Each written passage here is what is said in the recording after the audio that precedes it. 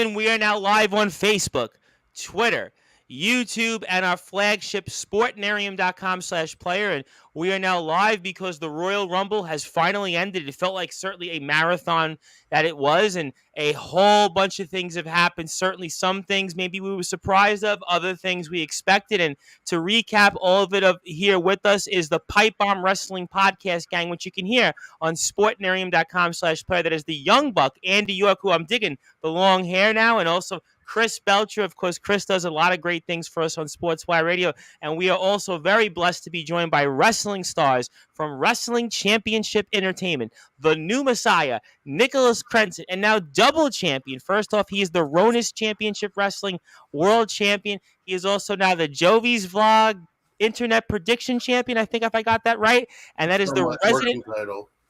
You'll have to announce it for me again. But anyways, the resident rock star, Sean Jovi, who's not quite related to John Bon Jovi, but he still might be. Gentlemen, Yes. gentlemen, how the hell are we tonight? We're all doing great here. Great.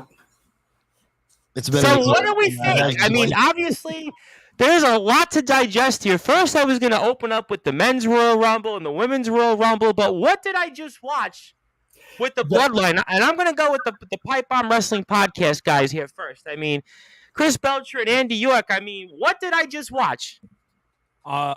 Honestly, the thing that we all thought might happen tonight was the turn on Sammy. Like, that was kind of in the back of our mind.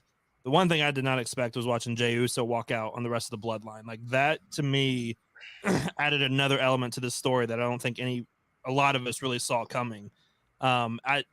This has been the best storyline in WWE in years that I can remember, and it just keeps getting better and better and better as time goes on. So I loved it. I love the little callbacks to the same way when Roman fell, he fell just like when Seth hit him, when the Shield turned, or when Seth turned on the Shield. Like, all the little details in it was absolutely perfect.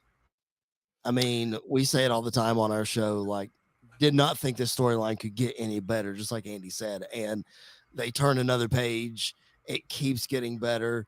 We seemingly know sort of where we're headed here, of course, with Roman and with Sammy.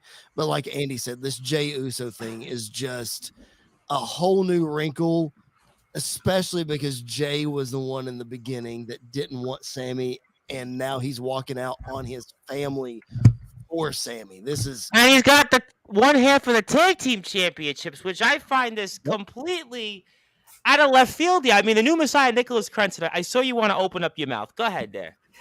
The beauty of this storyline is the fact that, like you said, they were kind of giving callbacks to the Shield breakup. As soon as Roman was like right in front of Sammy just in that position, I was like, they're basically going to do it like the Shield. And like with Jey, I think what it is, if you think about it in a psychological standpoint, he understands why Sammy did what he did. He doesn't like it, but he understands why. Because, yeah, Sami Zayn and Kevin Owens are practically brothers. Yep. I mean, but for you there, double champion, the resident rock star, Sean Jovi, I mean, you're a champion. You understand the mindset of Roman Reigns. You understand what he thinks in terms of keeping championships and maintaining. I mean, so what was your impressions of tonight's certainly interesting turn of events with the Bloodline? Yeah, it was definitely expected, as everyone said, but in the form it was presented, it was definitely different than what a lot of people probably pictured it ending up being. So where do we go from here then, guys? Where do we go from here with the Bloodline? Isn't that $1 million question at this point? Like, so I don't know. I honestly don't know now. Go ahead, Crenson. Go ahead. So Elimination Chamber is in 3 weeks from today. It's 3 weeks from today in Montreal. Yes. Yep. And one of the rumored matches was going to be Sammy versus Roman. Okay, so you're saying we get that now, or you guys think we get that now?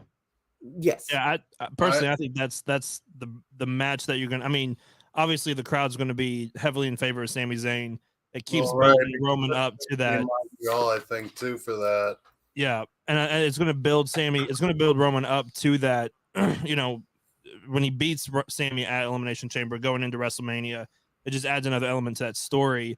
I think what's really interesting is I think we all thought maybe because we figured it was going to be Cody Roman at Mania, and then Sammy and KO versus the Usos for the tag titles. But now with Jey Uso walking out, I mean, obviously he could very quickly rejoin the bloodline at some point, which is more than likely what's going to happen. Just this little wrinkle, though, makes it very unclear what the picture for that match will be. I think one thing to add, go ahead, Chris. Go ahead. Move too far with this turn and with the whole thing happening. Number one, the pop that happened when Sammy hit Roman was unlike anything I've heard probably since Edge's return in 2020. Right. That's what I would put it to. Like the microphones peaked. Like it was insane. The other thing to think about too with Jey Uso, again, we mentioned it. He's a tag team champion. We thought that it would be the Usos versus Kevin and Sammy. And again, like we mentioned, with Jey being the one that didn't want Sammy to begin with. But with Jey and with Jimmy and, beating down KO and everything, you guys mentioned the position of Roman where Sammy was going to hit. The thing that got me was not just the positioning, but that Sammy hesitated like 3 times. He looked like he was going to hit Roman. It's funny when you said that, and I'm going to get everybody's reactions on this. And I know Craven Rage is in the house. We'll get to Craven. Also, he's the Wrestling Championship Entertainment All-Out Champion. He also knows the mindset of being a world champion. But, I mean, were any of you, because I was kind of thinking in the back of my head, maybe we were going to drag this a little longer and Sammy was going to hit KO. Anybody thought that? Because I was kind of waiting for that. Anybody have a thought on that? I think my thought because I will forget this if I don't get it out right now. I've said a lot on our show that I think the turn was going to happen at the flip of a switch. Like we weren't going to build to anything. It was just going to happen. So when this kept building and building and added layers and layers and layers, I'm like you, Tom. I thought we were getting out. Sammy was going to remain. I thought we were going to hang on a little longer, build it up another month. I really thought that, honestly. Yep. And let me get to a bunch of comments here because people have tuned in. They want to talk. We have Adonis Felio says good evening. We also have, I think, next week's potential guest lined up already saying, what's up, fellas? Adonis says, amazing Royal Rumble 2023. K-Fab is dead. Also, Michael Moisa. Oh, I know Michael Moisa. How you doing, Michael? I haven't seen you around in a while. Haven't watched wrestling in a long time. Felt it was awful. Did you feel it was awful the ending, or did you feel the show overall was awful? But let me get to Craven Rage for a second, because obviously Craven's a world champion. And Craven, I know you were watching the show, and I mean, what was your reactions to the main event, at least, and what kind of happened here, where the bloodline, I guess, have kind of, for now, somewhat disintegrated? That was honestly, that was a great ending, because the storyline is just rising up there of how Roman is end up going to face the Sami Zayn Elimination Chamber now. It's just, I see it gradually breaking apart of the bloodline, slowly disbanding. Okay, well, I have a whole ton of comments here because people woke up. Michael says, why does Sami Zayn act like he's in love with Kevin Owens? Well, they've had a 20-year friendship. I think that's really at the nook of his cranny here. Yeah, pretty much. Yeah, because Sammy and KO practically are the same age, but they debuted a little bit. KO debuted in 2000. Sammy debuted in about 2002. And they have been basically a part of each other's careers. And they're from like almost the same town, right? In Quebec? Am I missing something? Yeah. Okay. Yeah, Sammy's from Montreal and Kevin's from Maryville. Now, Montreal is for all of our wrestling fans here, and I think we'll all know this here, Montreal is a very, very hot wrestling town. So that's going to be an interesting crowd in a couple weeks. Let me get to some more comments here. Casey Jack Bradley, young trainee from GT Ministries. I'm glad Cody won, and hello, Jets. We'll talk about the men's rumble in a second. Hybrid, I believe you retained the championship tonight. I mean, management hasn't let me know that, but did know this show is happening. I'll be rewatching this later. Take it easy. Michael says That's not how friends act. The Royal Rumble, I thought, was good at least. All right, so let's talk about it. Let's talk about the Rumble. Let's go to the Men's Rumble first. Men's Rumble opens up the show. Let me go to the Pipe Bomb Wrestling podcast, guys, because I know they're on a little bit of a timer. I mean, were you guys okay with the Men's Rumble opening, and what was your thoughts overall on how that all turned out? I'll go to Chris and Andy first.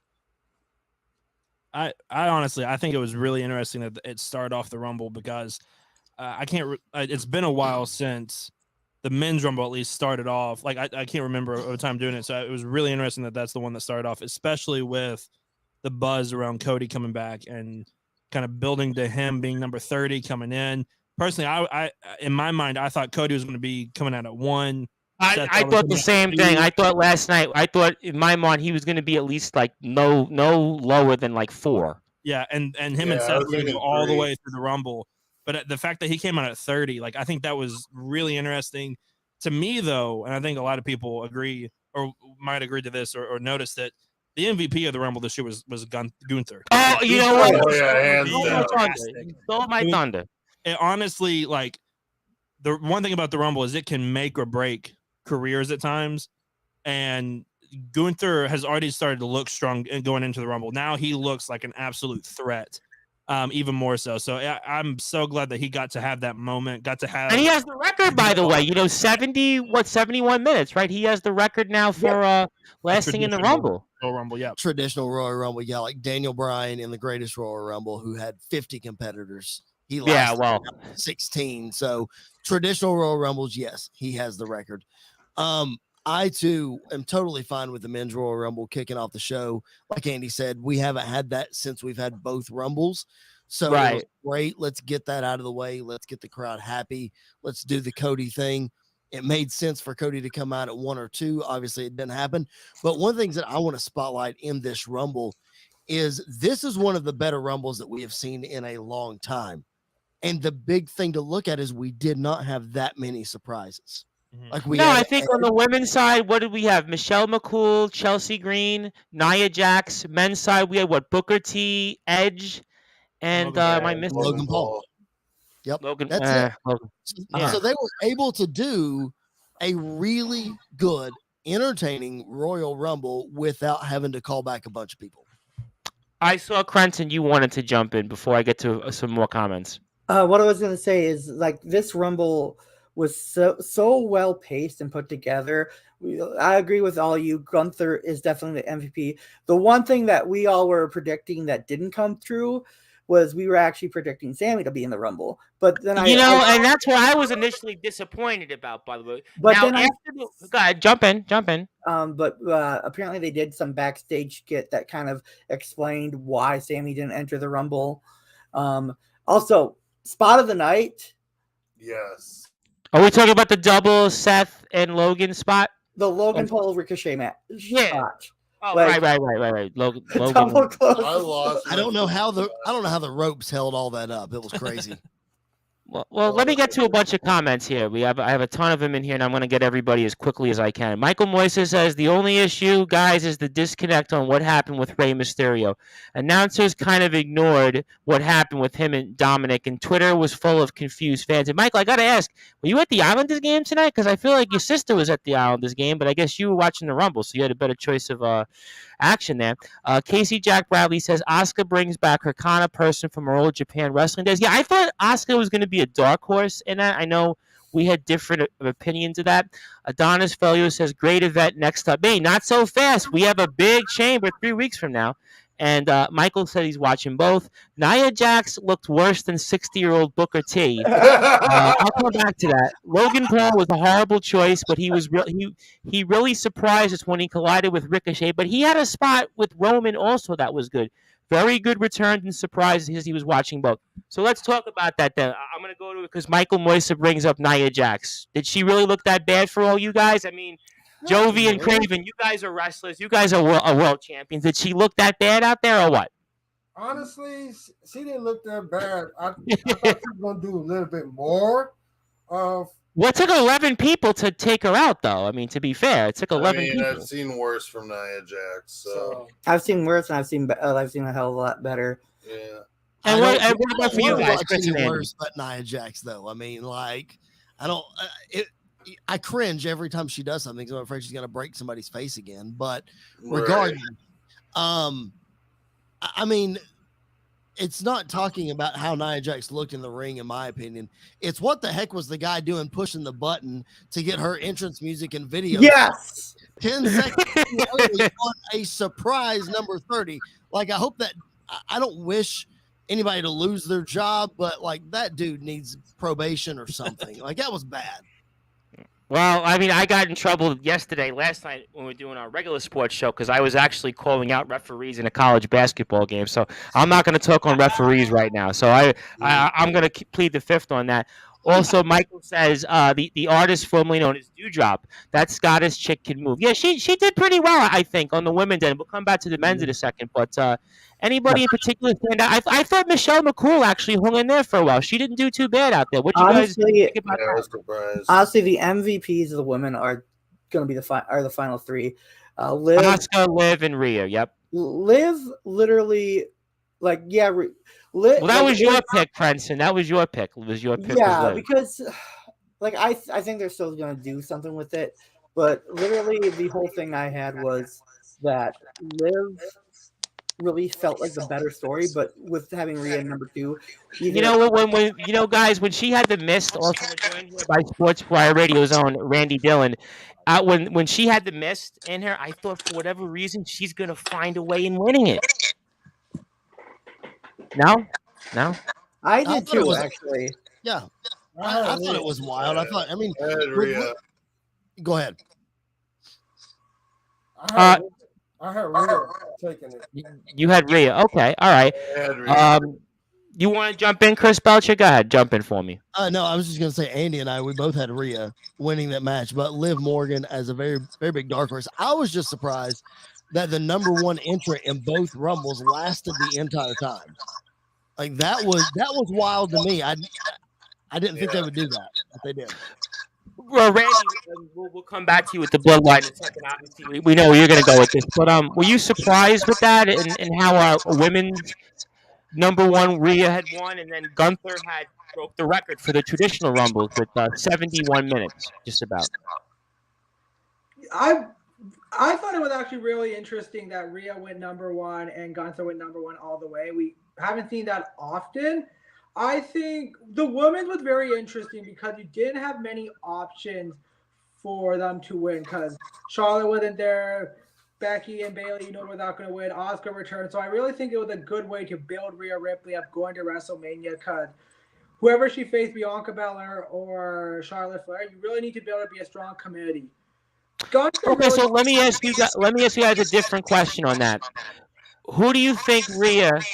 I got a bunch of echo in the background, so if somebody's got me on, please take the echo off. Well, they're disconnected, so that's okay. Now back to my question: Rhea Ripley. Who do you guys want her to go face off with? I would go with Charlotte. Honestly, I think it's Bianca. I think just the prospect of the two. We've seen so many Charlotte matches at WrestleMania. Honestly, gives Bianca somebody new to go up against, 2 new faces, build that division up even more so than it is now. Putting Bianca and Rhea together in WrestleMania, going after a title, is really how you can build up 2 new stars. Bianca's already built up, but you can bring Rhea up to that level as well. I think that it makes sense to keep Judgment Day on Raw and to go that route with Bianca. I would prefer to see the Bianca match, but I also know that as much as we continue to talk about being robbed by things in the pandemic, we were robbed of a Rhea Ripley versus Charlotte Flair match in front of a crowd. Yep. Moving the Judgment Day over to SmackDown with a new crew of people, that would especially further the Dominic Rey Mysterio storyline. If they all jump ship to SmackDown, that's a way to do that as well. Kill 2 birds with 1 stone. I'm actually going to go with Charlotte on this one. As much as Bianca and Rhea would be really good, like you said, Andy, 2 young stars. They were the final 2. in the Royal Unfinished Rumble. business. Yeah. I think that's good, but I'm going to go Charlotte. I see Clancy. You want to jump in? Go ahead. The reason why I kind of didn't want Rhea to win is because I was kind of getting this feeling that they were building towards a mixed tag Hell in a Cell for Mania. Like, Okay. All right. But Okay. but yeah, I Anything you think wanted it to would be elaborate on? Charlotte as well. And I see you nodding your head, Randy. Go ahead, jump in. Yeah, I would say for Rhea Ripley, Charlotte, as they mentioned earlier, if I'm bad with names, Rhea Ripley and Charlotte, we got robbed of a great feud. Could have happened 2 years, but I think you need a challenger for Bianca Belair. I think Rhea Ripley is the perfect person to challenge her at this point, as she has the most momentum going for her right now. She's a legitimate threat to be Balor Championship, and I don't see anyone else on the Raw roster really posing a threat to her that can really and also build a great story between the two as well. All right, but let me ask you guys a general question on that, and I have comments, and I guess I'll have to deal with the echo. But let's say hypothetically that Rhea goes against Charlotte. Who does Bianca have as a potential challenger? Let's say if Asuka. Rhea goes the Charlotte route. Asuka. See, Anybody else? Personally, I think Asuka goes after Charlotte for WrestleMania 34. We redo that one, and then we do Good point. Bianca and Rhea at WrestleMania this year as well. I'll live with that. The pipe we have for the WCE guys. What do you think?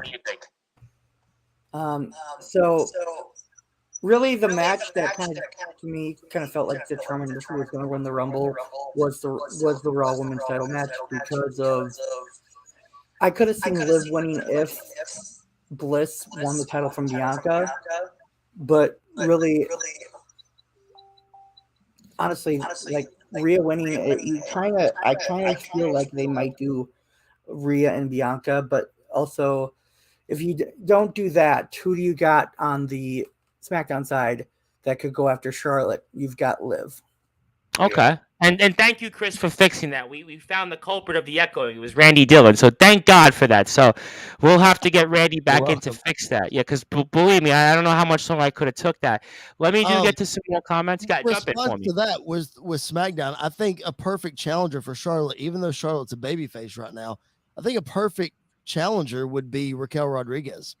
I thought she was an did very well. Yeah, she she did was a really dark well in the horse Rumble. Rumble as well. I do like Andy, calling back to New Orleans and getting Asuka Charlotte one more time. But yeah, I would say Raquel Rodriguez. She had a very, very strong performance. Let me get to a few comments in here. The Tajiri spray was so cool. Asuka was so much fun. Aaron Grisham says the biggest match of the night was Dominic Mysterio versus Reyes. Second comment, I already got on that. Casey Jack Bradley says, I'm hoping to see more Asuka. I'm so glad because WWE was kind of misusing. Yeah, wasn't she the longest reigning women's champion, if I'm not mistaken? And they kind of never really talked about NXT, that. yeah. NXT.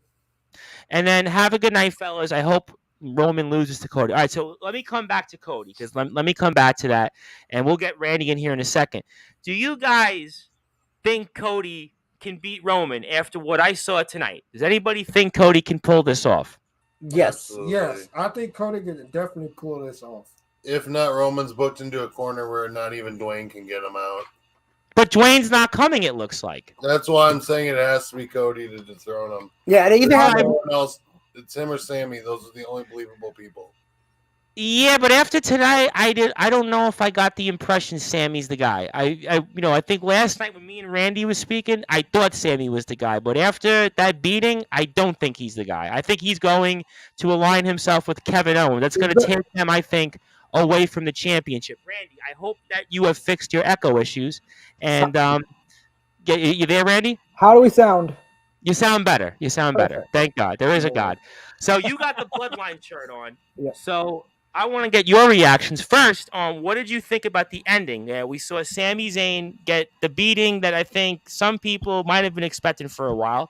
And then we saw Jey Uso walk out and Cody Rhodes wins the Rumble, and he would be the guy, obviously, to challenge Roman eventually. And how do you feel about all of this? And I know you're acknowledging Roman to begin with, so go ahead. I'll be going the Bloodline as we can see, but I think it was coming. I think when we saw the promos Roman put out earlier in the year, we saw that there was a drift between him and Sammy. It wasn't all sunflowers and roses. It was getting to the point that there was a drift and there was a breakup coming up. I think that was expected. Jey Uso walking out, I think, was the most surprising thing because don't forget, earlier in the feud, he was the one saying, we don't want Sammy. Sammy, we can't trust, all that stuff. and he's the one who turned it back. He defended him on the trial. I mean, who would have guessed that? I really thought Jey Uso was going to be the one attacking him, to be honest, saying, I told you we couldn't trust him, to build up a little bit more story, saying we bamboozled you. But for him to walk away really keeps me interested to say what's going to happen. I would have to think at this point they would have to go set. Roman Reigns was not advertised for the Elimination Chamber in Montreal, because I was thinking of going, but he wasn't advertised. So that kind of made my decision ultimately. But we got 3 weeks though. Card subject to change. You got. I would have to Roman's going to be there now, right? Yeah, I would have to think of this now. Now going into Cody, we talked about this a couple of times, Thomas Bryce. I know a few weeks. Cody, the only one at this point that can really dethrone Roman, because he's beaten everyone else. You can make the argument for Seth Rollins, because technically Rollins. But I think Seth Rollins is going now, guys, into a Logan Paul feud for WrestleMania, so he's out. He's out of the equation. And then with Bray Wyatt, there's still some things we got to work out. I don't think he's at that level to compete, though. I think Cody's really the only person at this time can take the title off Roman in a successful way. All right, let me go around the room in a one-word answer. I'm going to go one-word answer, because I know we have the Chamber before Mania, and maybe we'll do a post-Chamber show with certain guys if they have the availability. So I'm going to go around the room. I'm going to go Pipe Bomb Wrestling Podcast first, the WCE guys, and then Sportswire's Randy Dillon. I'll go with Andy and Chris first. Can Cody Rhodes take the title off Roman Reigns at WrestleMania? Yes or no? Absolutely. 1,000%. WCE guys, Crenson, Rage, and Jovi. Yes or no? Can Cody Rhodes take the title off Roman Reigns? Yes. 100% yes. Randy Dillon.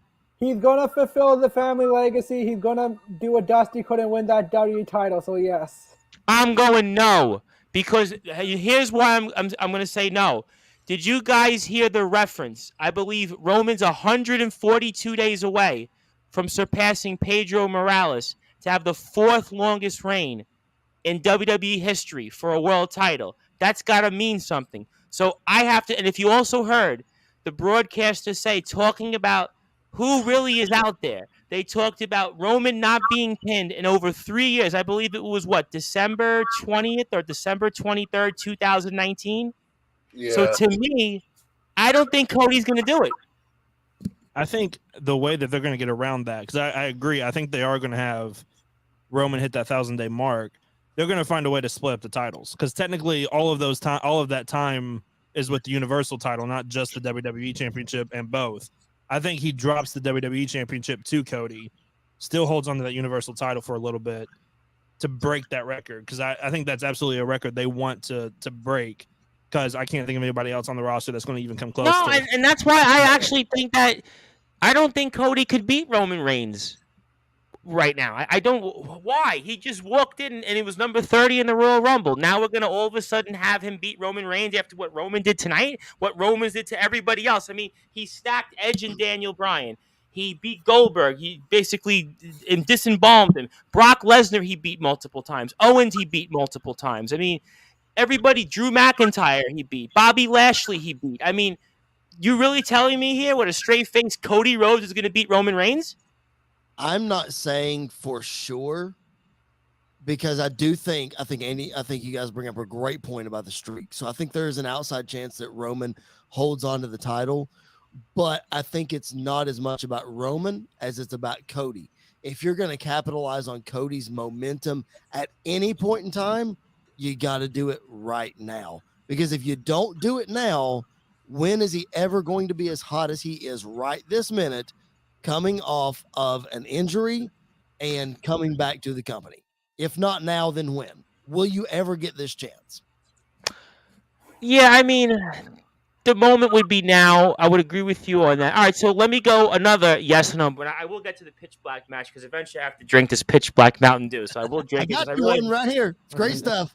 I told the story off the air to some of the guys, and Randy, you'll appreciate this. I was speaking to one of our listeners, is a young lady, and she was telling me that she loves the pitch black. And somebody else I spoke about that I was going to drink it said it's a terrible drink. So I'm 1 for 2. So Chris is hopefully going to go 2 for 3. But let me go one yes or no. Same question. Rhea Ripley. Can Rhea Ripley, whoever she chooses to face, whether it's Bianca or Charlotte, Will she beat them and take their title at WrestleMania? I'll go Pipe Bomb Wrestling Podcast guys first. WCE then Randy. Let's go with that first. What do you think? Yeah. Yes. You think it's yes either way? Yeah. I'm gonna say yes if it's Bianca, no if it's Charlotte. Ooh, I got a difference of opinion on that. WCE guys, what do you think? Yes. Either one? Yep. What are you guys? Same. I would say yes if she goes after Charlotte. If she goes after Bianca, I would say no. Randy Dillon. Bianca, yes. Charlotte, I'm hesitant. I'm going yes on Charlotte. Here's why, and I've got facts. I came prepared for this. Here's the reason why I'm going yes on Charlotte. Charlotte always is, like her father was, the ultimate transitional champion. Think about it. Does Charlotte ever hold on to the title? And people always want the title off Charlotte. Charlotte is the most interesting champion, men's or women, to me in Tom, WWE history. They got to find a way to get her to number 16, right? They got to have the same amount of reigns as her dad.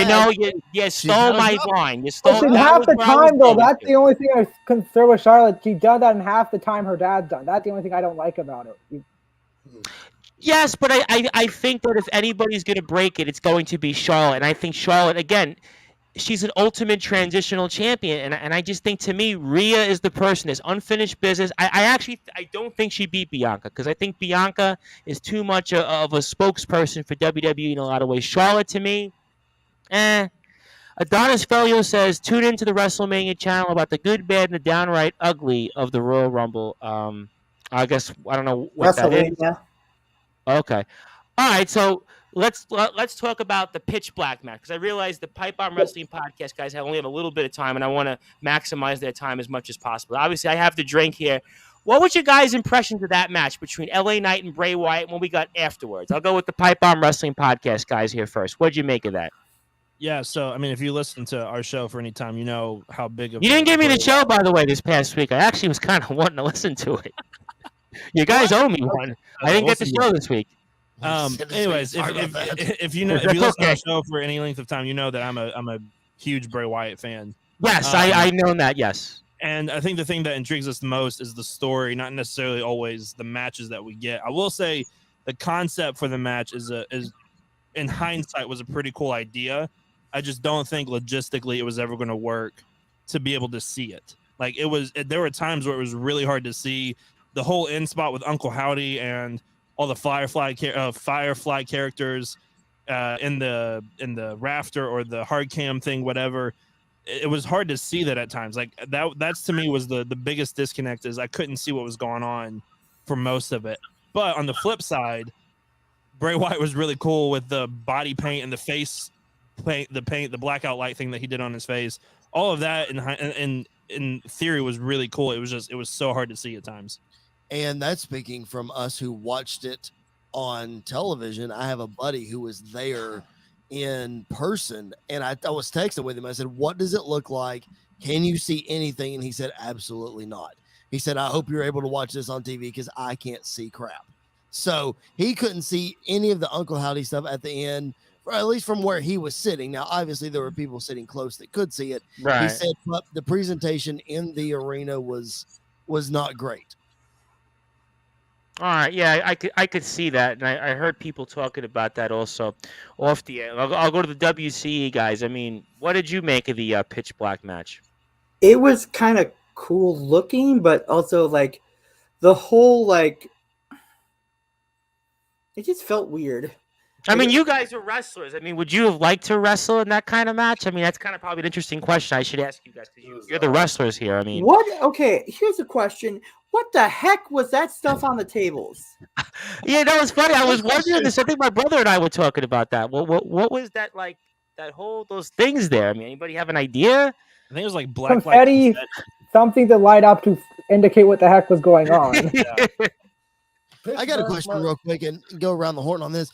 Sure. Does anybody think this match got cut for time at all? Do you think we took Yeah, time? you know what? I actually did because I think that the men's rumble went probably longer than they would have liked, and then they looked at it. Well, I need time for the women's rumble, and then I've got the main event, and then I even think Bianca and Alexa got cut a little bit. Yeah, I Anybody think- think that as well? Yo, 100%. I think Bianca and Alexa was like 8 minutes. Not even long. go like This 8 one was minutes. under 10. Yeah, that was like 7-8 minutes. I mean, I don't have an Yeah. official clock, but that just felt like it was gone like the wind almost. I mean, Yep. you know. I have to say, I think that leading up to where Alexa's going to go be evil to face Bianca in the chamber. I agree. Because we think we'll get one more round with them. I- No, Randy, why? Tell me why. I don't. I feel like at this point, you really need to, if you are building up Bianca and Rhea Ripley, just find Bianca fighting Alexa one more time just doesn't make sense. I think you need, the chamber can definitely, I think, make that transformation for Alexa Bliss, but I definitely don't see it being a one-on-one match at all. No. I think it may be a limited. Go ahead, Crenton. Jump in, Crenton. I was going to say, like, right now it's looking like the Raw Women's title is going to be the Women's Chamber match. And then you've got the Intercontinental title is the rumored match for the Chamber, which honestly I want to see Gunther in a Chamber match. Oh, you know what? I mean, can you imagine what this guy can do in the ring? I mean, this guy, and you know what was funny? Was it Corey Graves that said, I don't know if you guys caught this on the call. I think in the second half of the match that he was in for the length, he was getting stronger out there. Because don't forget, he and Cody, what did they wrestle? At least 9 minutes, 8-9 minutes on before Gunther got eliminated. I mean, what did you guys make of that? And maybe Crenton's point about him in the chamber. Randy, I see you nodding your head. I think Gunther has elevated himself to be a true star. It's only a matter of time for what he did. And Gunther's a big guy as well. Remember what I said last night? I thought that he could be a dark horse cannon. Remember, didn't I say that last night? Yeah, you did. And for some of these big guys, usually when you look at the Rumble, where a lot of people go along, even the small, scrawny guys who are in good shape, you don't really see these big guys, heavy, big, tall, buff guys go along. But he carried that match for a very long time, good parts of it as well. So I definitely think if he should start the chamber match to end, because I think he's really at this point has shown a dominance. I think that's a guy eventually you could see with the world title on him. I think that's there's no question about that. Let me ask you guys on Brock and Bobby. How did you guys like how that all kind of set up in the Rumble? What did you guys make of that? I see the Pipe Bomb Wrestling Podcast guys nodding. Go ahead, jump in, Andy. I think this version of Brock that we're getting is so interesting, especially like coming off of last year's Rumble. He won the Rumble. Coming in, I think everybody thought he was going to clear house, and all of a sudden he's just eliminated like that. I think it was such not a even 3 minutes he was in there. Not even Right. 3 minutes. And I think what it really does is Bobby's already at like a star level. This just kind of gives him another notch up. Like it gives him another step up that he has. So I'm so happy that they did this. I think it was a great spot for them to do this. It made Bobby look really strong. Obviously, I'm pretty sure we're heading to WrestleMania with Brock Lesnar versus Bobby Lashley for the final time, which is the WrestleMania match that I was hoping for last year because we were at WrestleMania last year. That's the match I wanted to see remember was we that. had a pre-show. We remember we did a show together. I remember that. So that's the one I was hoping for, but I think we're going to get it this year. And, I think Bobby, if we do end up going to WrestleMania, I think Bobby Lashley beats Brock Lesnar. I do too. Chris, go ahead, jump in. I see you were going to talk, Chris. And you blink, and Brock Lesnar was in and out of the match. It was wild. Tom, I want to derail us for just a second because I had Absolutely. When you guys were talking about Gunther just a minute ago. There's a saying in wrestling: either the man makes the title or the title makes the man. And we've gone through this period of the Intercontinental title and the U.S. title, maybe not meaning as much. Then, I think the pandemic had a lot to do with that. But then you had guys like Seth Rollins and The Miz and Roman Reigns being Intercontinental champion, and AJ Styles being U.S. champion, and Kevin Owens elevating those titles. So we're going through an up and down period as we normally do with the mid-card titles. But I think this is a situation, and I'll even throw Austin Theory into this. That was my next point. Yep. This is a situation where the man is making the title. Austin Theory, whether we like him or not, is elevating the status of that title because he has elevated himself. And we have just been going on and on about Gunther. You guys said he's a future world champion. That dude is making the Intercontinental title feel special again. Yeah. And he furthered that point, in my opinion, tonight. Well, and I think what's really interesting with Gunther is the way I can see it going is I honestly think we're heading to WrestleMania again with Gunther versus Sheamus for the IC title. With Sheamus finally wins. And they mentioned that at the beginning of the show when they squared off. They mentioned that was the match of the year, and I think we might have, Randy, we might have talked about that match one Sportswire show. So I mean, that would make a lot of sense. I think a lot of people would want to see that. It was my match, personal match of the year as well. And so I think if we do that WrestleMania, finally give the IC title to Sheamus, which is the one championship he hasn't won in WWE yet, that would give him that. And then it frees up Gunther to go after Cody Rhodes or Roman Reigns after it's over to go after that world championship. And I've been very critical of taking both titles and putting it on one man, and then that one man not being on TV a whole lot. But due to that fact, it's forced WWE to elevate their mid-card titles to where they have to be the premier main title on the show, it seems like. And then when Roman comes up, it just elevates the WWE and Universal Championship even more.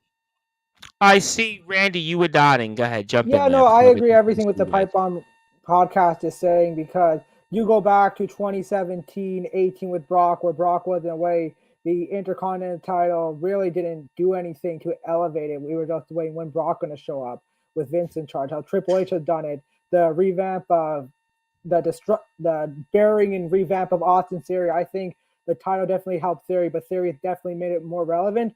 Gunther has, I think, elevated that title up to a whole new level where you got to go back to the 80s and 90s with Razor Ramon, Shawn Michaels, or Mr. Perfect, where they've made that title so relevant. And I would have to say it might be a triple threat match at WrestleMania where it's Sheamus, Drew, and Gunther, where I think Drew might take the fall for Sheamus, and then it doesn't make Gunther look weak, because I feel like the way you're building up, I think Gunther losing the title clean at this point really could diminish him, because I've heard the rumors of Drew McIntyre with Gunther for the IC title as well.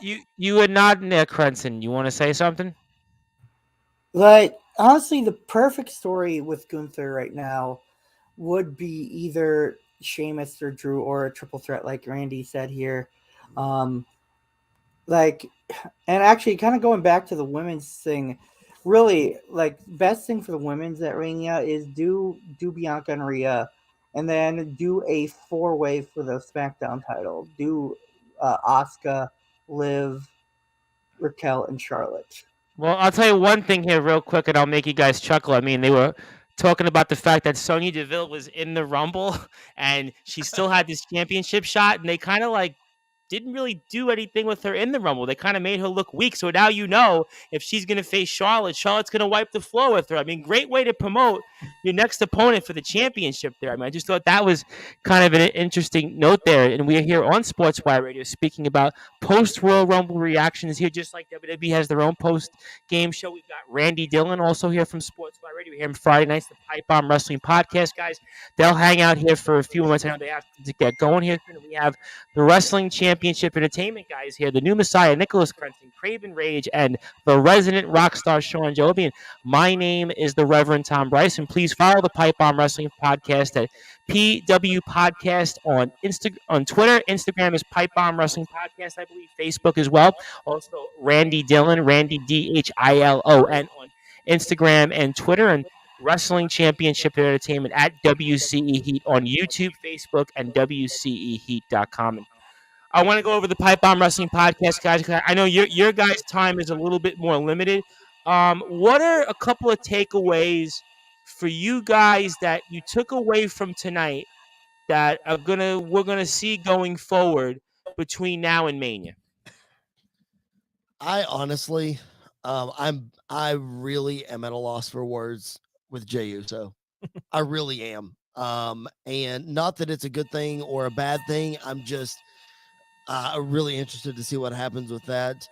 I'm really interested to see, because I mentioned this on the podcast. I thought tonight would be the night that they would somehow tie Alexa Bliss and Bray Wyatt back together in this, and they didn't do it. Thing, and they didn't do it.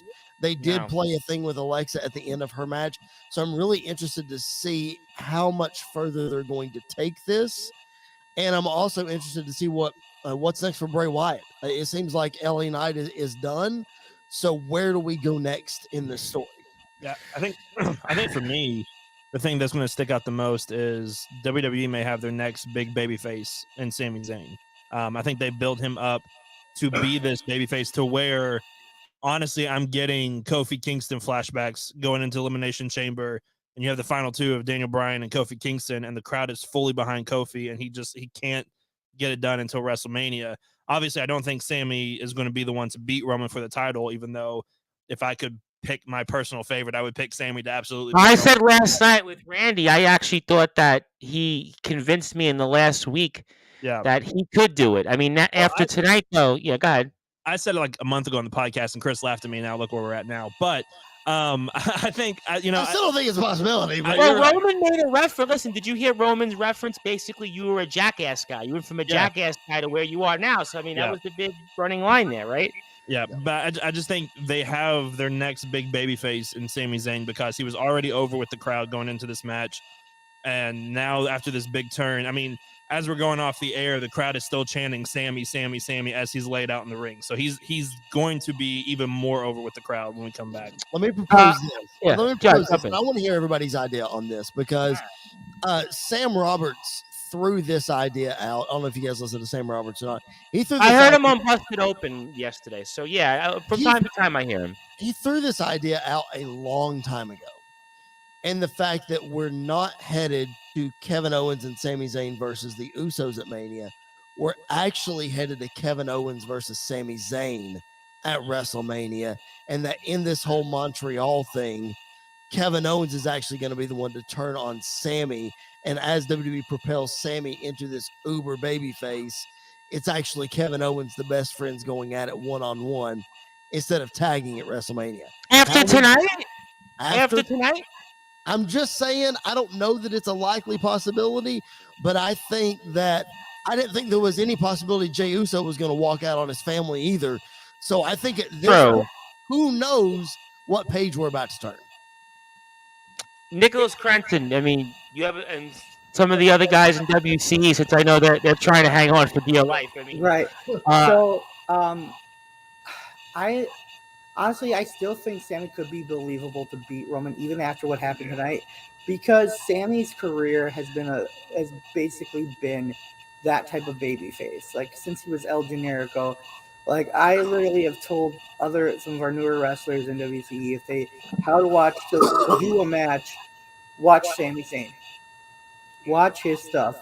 He has literally got the perfect, like he's got the full everything down in the ring, bit by bit, perfectly, and literally, like Sammy could be I think Sammy would be a believable person to take the title off of Roman. Same with Cody. Like you could do either or. You could give the title to take the title off Roman. Take the title off of Roman. Do Sammy and Cody at WrestleMania. You know, there's so many ways you could play this like right now, and it's kind of what makes this so wonderful to watch. You were going to say something, Rain, and I got to get to closing thoughts from the Pipe Bomb Wrestling podcast guys, because they're going to hop off here after you. No worries. I'll make this very quick with Sammy take the title for Roman. I don't feel it there yet because I compare Sami Zayn to Daniel Bryan, where Daniel Bryan got some big wins. He beat Randy Orton. He beat John Cena before beating Batista and Orton at WrestleMania 8. Sami Zayn still hasn't got those big wins, so I need to see a big win before I can kind of convince he's going to beat Roman for the title in that sense.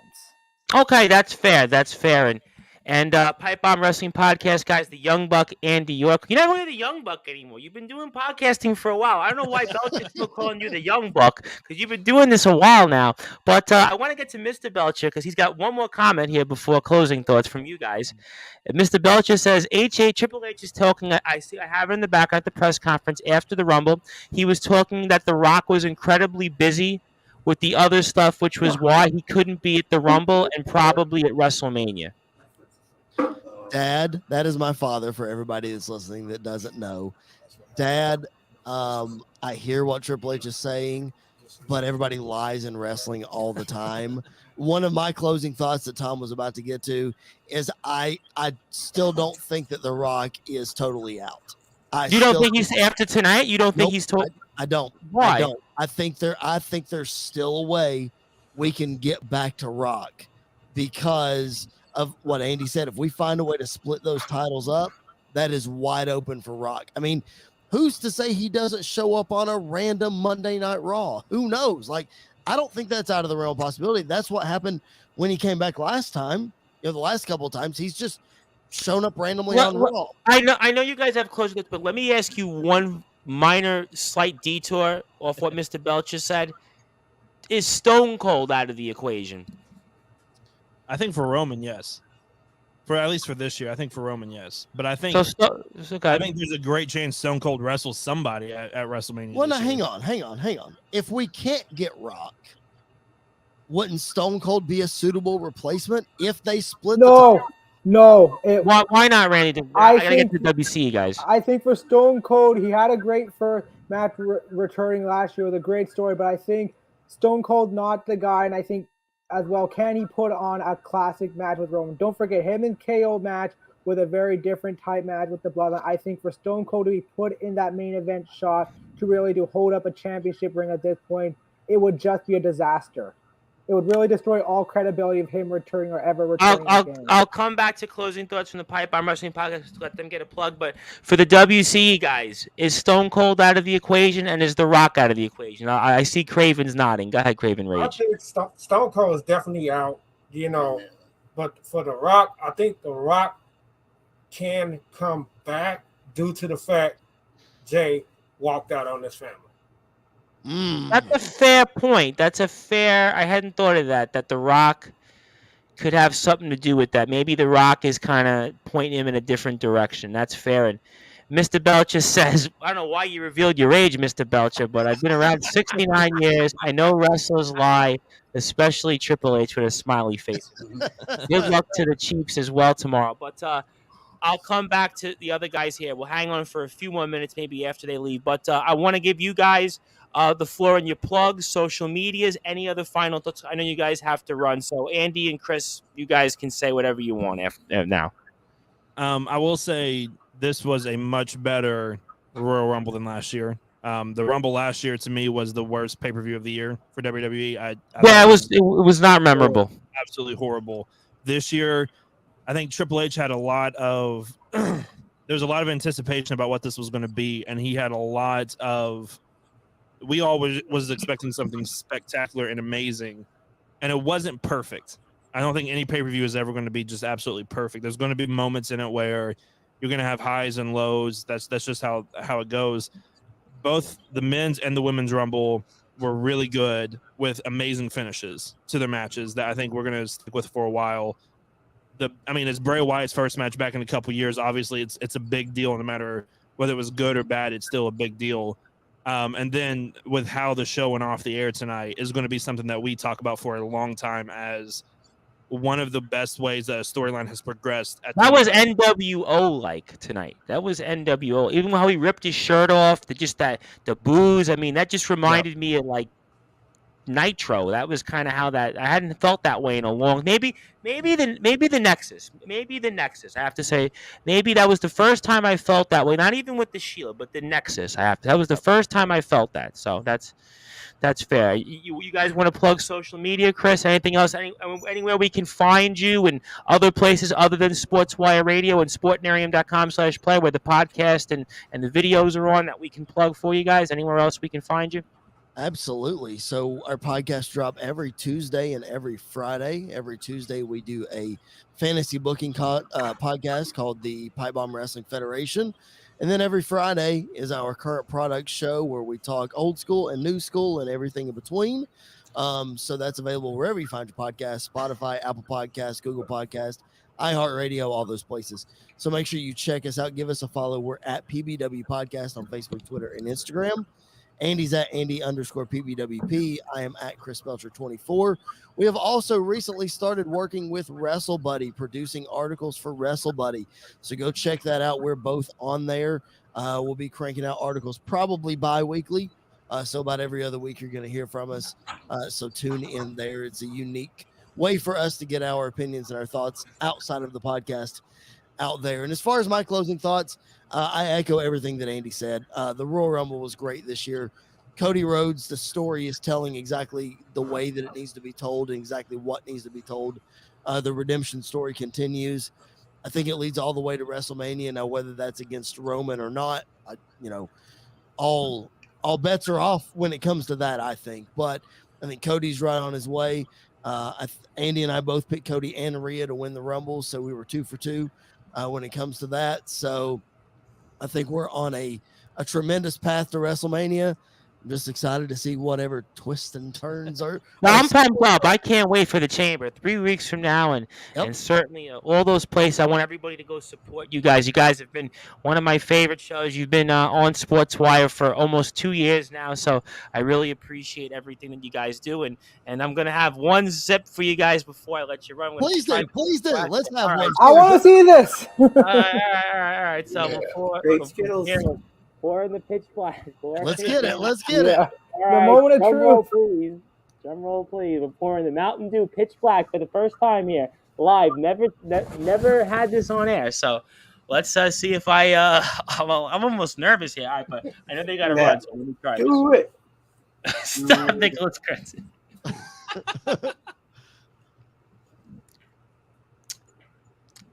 You know what? Yes. It's actually, I gotta say, pretty damn good. Okay, let me ask. Did you have it cold or is it room temperature? I would say not room temperature, but no longer ice cold. Kind of like leaning toward cold, but not cold anymore because we've been on the air for an hour. Hey, I would give a bit of advice. Have one that is cold. It does taste better. If you think it tastes good now, it tastes better when it is cold. You know what? I'm actually going to say this. I'm probably going to go to 7-Eleven tomorrow and buy another one because I'm going to like it. Yes, sir. All right, you convinced me. 8 out of 10. So you guys, thank you. So maybe if we do another one, we do another one post Chamber, I'll have another pitch black afterwards. So we'll see. Yeah. We'll see with time and such. So, Hey, all right, guys. Appreciate you Yep, guys. I'll let you guys run here. All right, great stuff here, and that was the Pipe Bomb Wrestling Podcast. Is Andy York and Chris Belcher, and you guys got a few more minutes? Yeah. Yeah. Okay, I gotta head to bed pretty soon. All right, so then we'll wrap it up here with the Wrestling Championship Entertainment guys. Then, so for you, Crenson, for you, Sean Jovi, and Craven Rage, give me your takeaways and final thoughts on where we go from here after the Royal Rumble.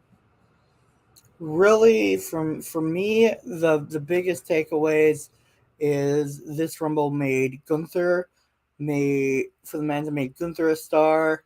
Mm-hmm. Seth had a great running. The Bobby Lashley, Brock Lesnar stuff is great. The women's Rumble basically made 4 people stars. Rhea by winning, Liv by how long she lasted, Asuka because really Asuka is always going to be a star, and Raquel as well, just from her performances. And also, how about Damage Control? That whole feud with Becky's still going to keep going. Oh yeah, that's going to be a good one. Oh yeah. For you, the resident rock star, Sean Joe, because I see you're getting ready for the hook for the guys here. What did you want to see there, champion? I don't really know. I mean, takeaways. Any takeaways going? I mean, Yeah. Brendan kind of hit it right on the head. Okay, so your takeaways are Gunther, and we'll see what happens going forward with the bloodline. And for you, Craven Reed, I'm happy as hell Cody won.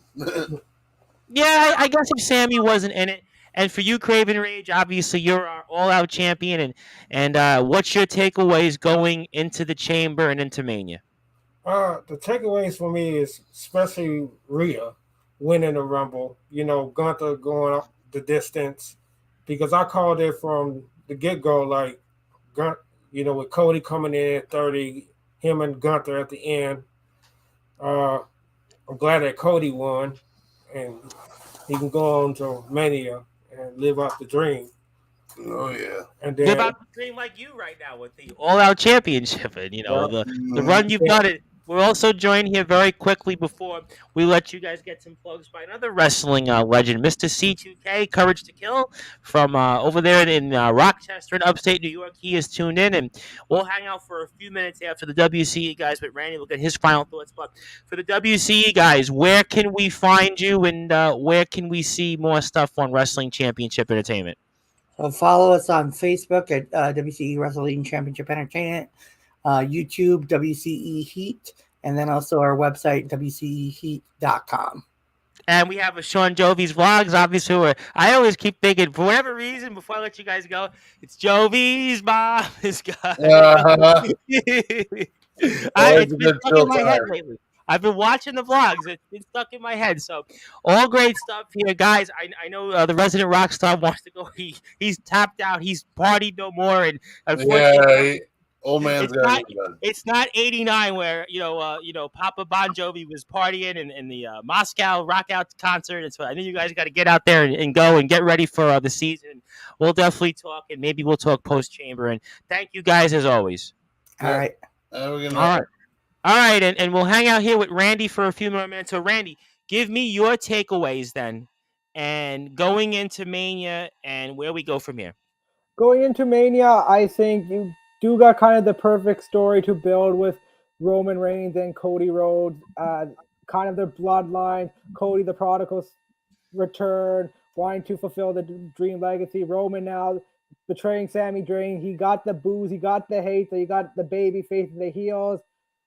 I'm really interested to see who Rhea Ripley picks because I don't know. I don't think that's so cut and dry. I don't know. I don't think that's cut and dry. that's interesting. Alexa What Bliss. about Edge?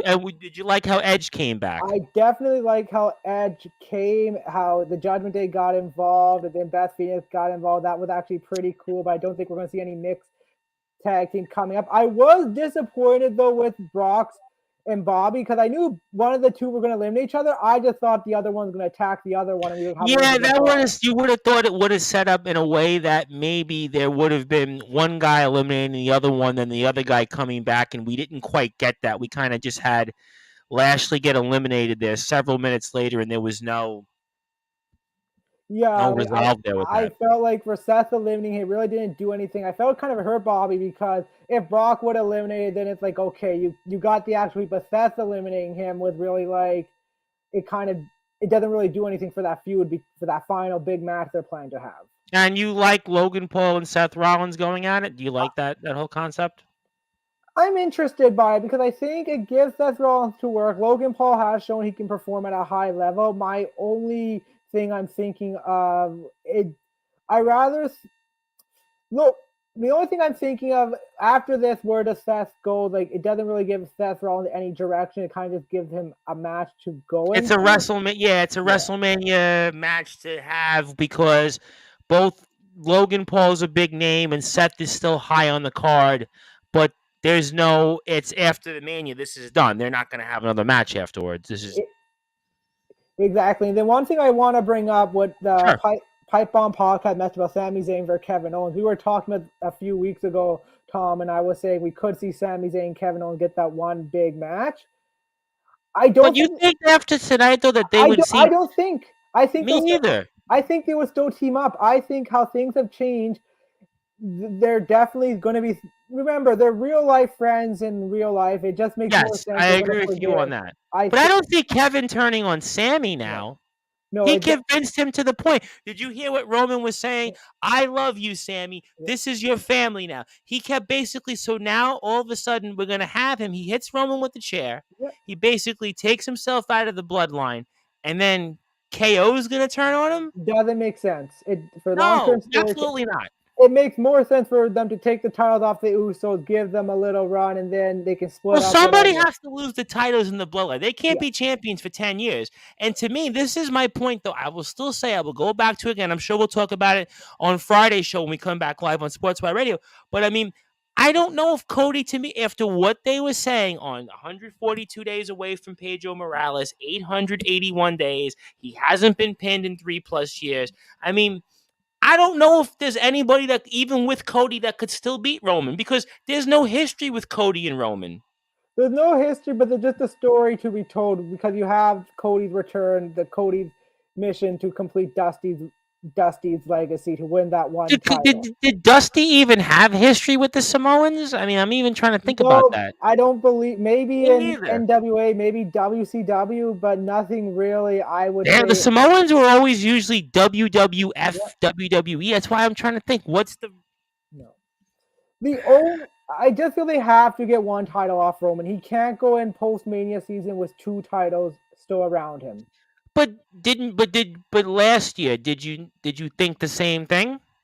My question is, go ahead. Last year, I thought they would actually take the titles off him a little bit quicker. I thought, honestly, they wouldn't let him keep the titles for that long. I thought somehow, some way, they would have the Money in the Bank cash in.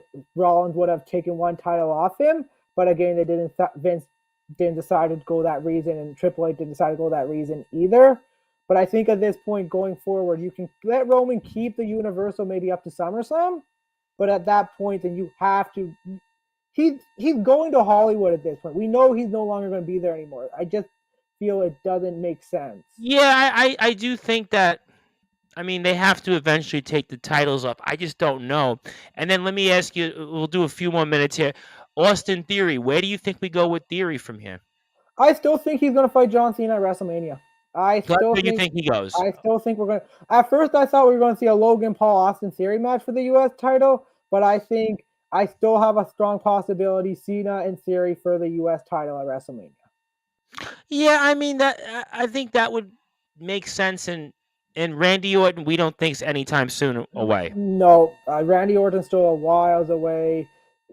I think he's still. We won't know. And I want to bring up 2 other things of note. The first I want to bring up was Kofi Kingston. I don't think he was technically eliminated. I don't think he was. I think he was concussed. The way he landed in that chair, he hurt himself.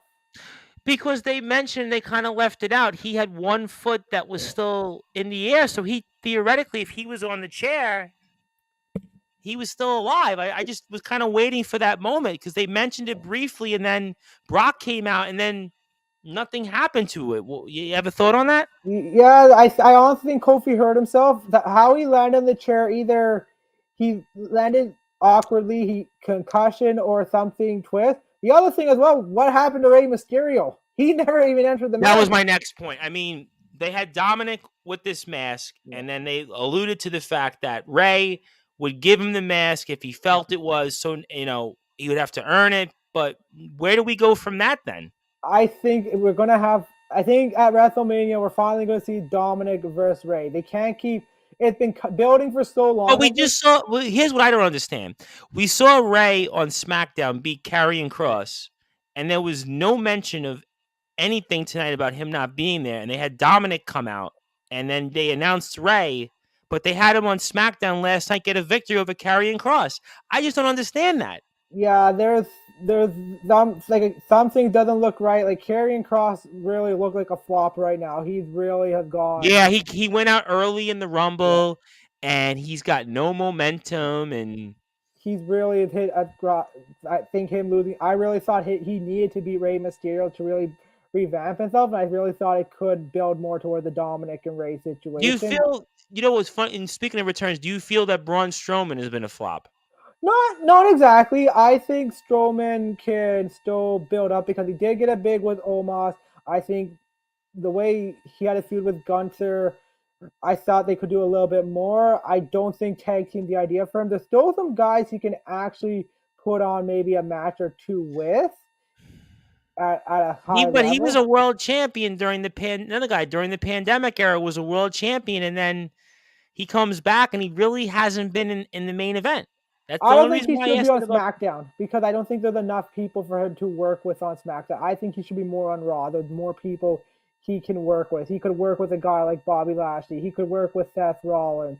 He could work with, I'm trying to think of, there's more, Damian Priest of Judgment Day. Like, he could work at the Judgment. There's more things I think he can do on Raw. All right, let me ask you one more question before we get to closing thoughts. And my question is, going back to Lashley and Lesnar, and obviously I think it was the Pipe Bomb Wrestling podcast guys that felt that Lashley's situated to get the win over Lesnar, and that may not be true, but does the Hurt Business now come back because of this whole situation with Lashley and Lesnar, or do they let that die out? Because MVP's had a couple of Raws now where he's kind of tried to convince Lashley, hey, here's what's out there on the table. Where do you think that goes? I think they're going to have to put a halt to that because if you really want, you can still build up the return of the Hurt Business, but I don't think they can get involved in that match.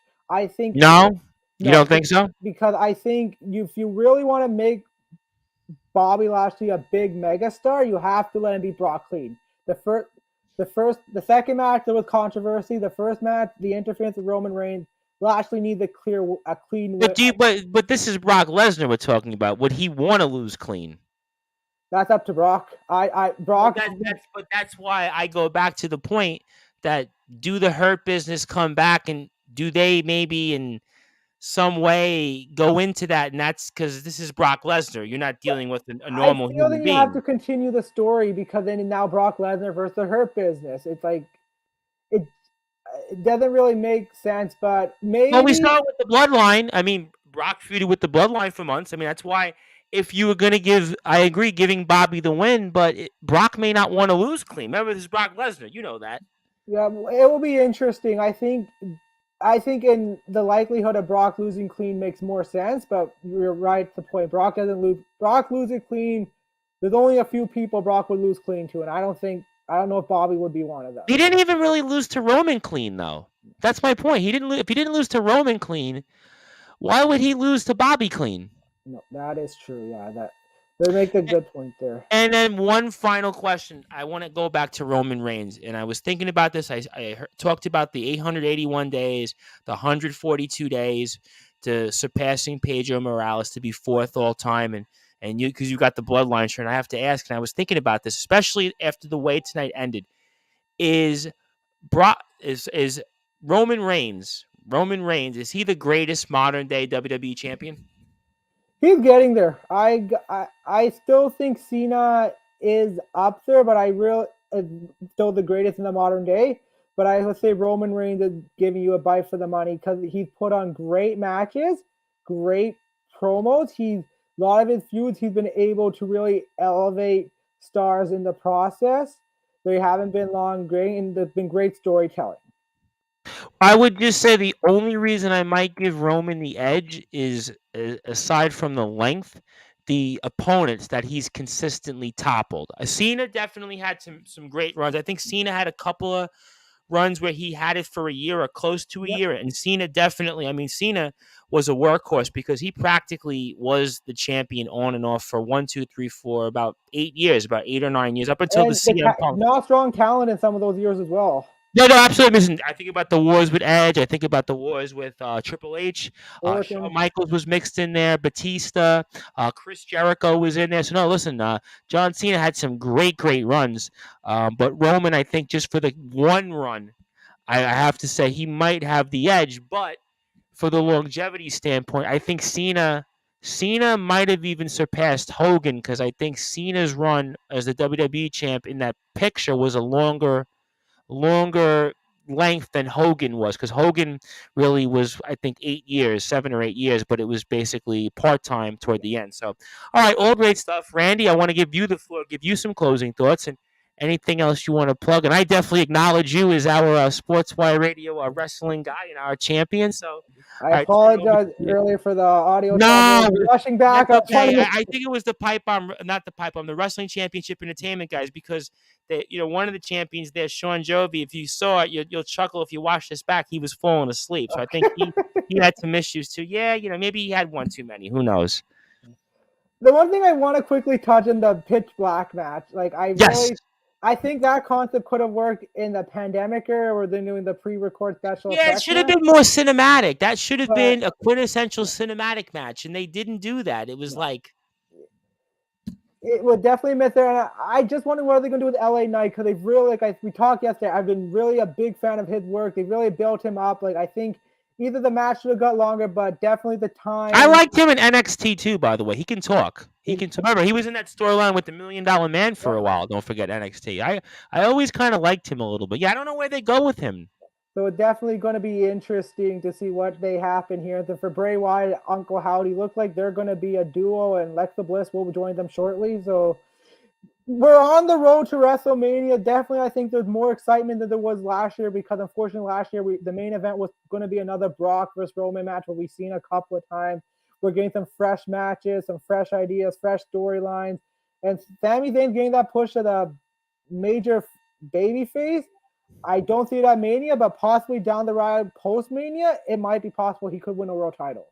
Yeah, I think that he could win a world title now. I do agree with you after the way it ended tonight. I do not think, though, that he would win a world title. I just don't know with Roman. I honestly, I know Cody won the Rumble and there was hype for it, but I just would have liked Cody to have not been 30. I mean, even though the run with Gunther was a really, really good 8 or 9 solid minutes, but I just think that he should have been in there longer. But I mean, that's why we'll have to tune into Raw and SmackDown, right? That's why we'll have to find out and get those answers. So, all right, all great stuff. Randy, we'll follow you on Instagram and Twitter at RandyDHILO. And we'll also get a hockey fan chat show coming up as well. NHL talk definitely heating up. And we can hear you Friday nights, 9:30. You're our leadoff guy on the Sportswire radio shows as we worked in wrestling as well. And I want to thank the Pipe Bomb Wrestling Podcast.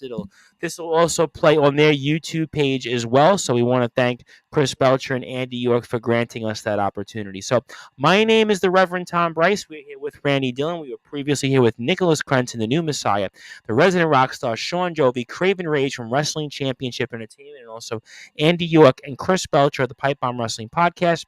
If you're on sportnarium.com/player, you'll go back to your regularly scheduled programming, and also the Pipe Bomb Wrestling Podcast you can catch throughout the week here on sportnarium.com/player. So thank you, everybody here. Maybe we'll do a post-elimination chamber show. We'll see. But thank you, everybody, here for tuning in on the number one global radio station that is Sportswire Radio.